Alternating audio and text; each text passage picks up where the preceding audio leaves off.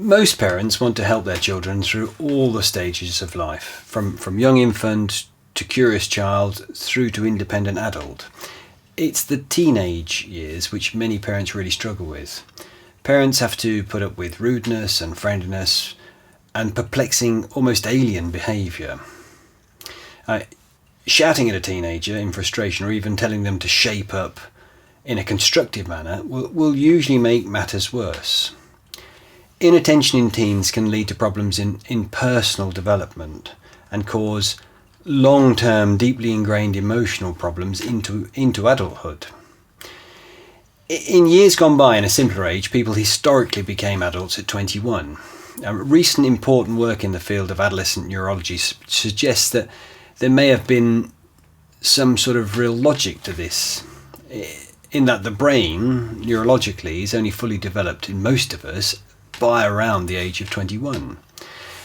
Teenagers go through incredible neurological changes, and previously we didn't know this.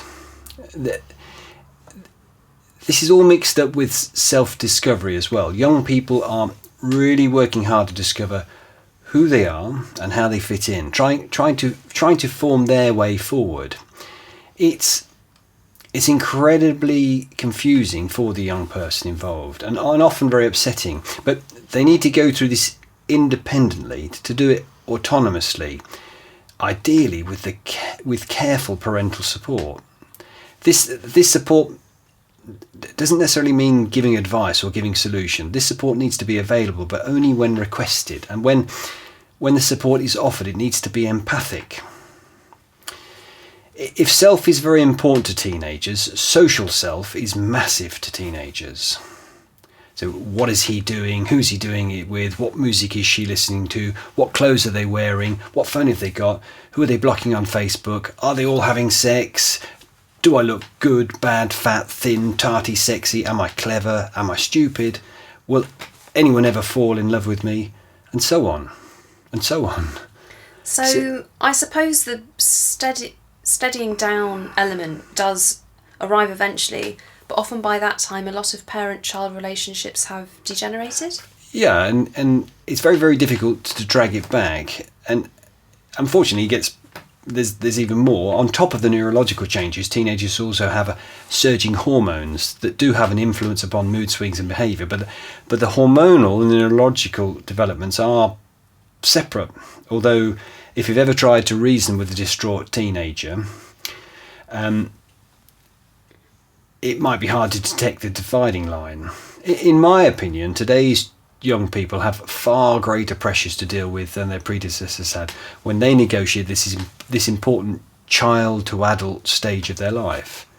I mean, one example is the constant barrage from social media. There is no escape for young people. And how can parents ease this transitional teen phase and end up with their sanity and balanced adult offspring that still talk to them when they're 21 plus?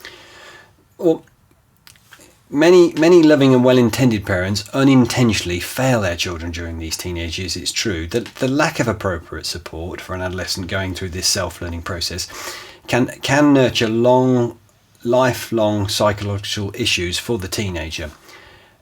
And if that is the case, almost certain disharmony in the relationship between the parent and the offspring. Parents don't need to just let it happen. Parents can help their children.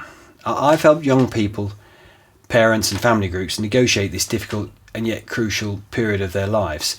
This assistance is not just about observing good manners and easing frayed tempers. It's more to do with creating a healthier platform for the young person to gain their own personal, contented balance in adult life by knowing who they are eventually come the end of their teenage life.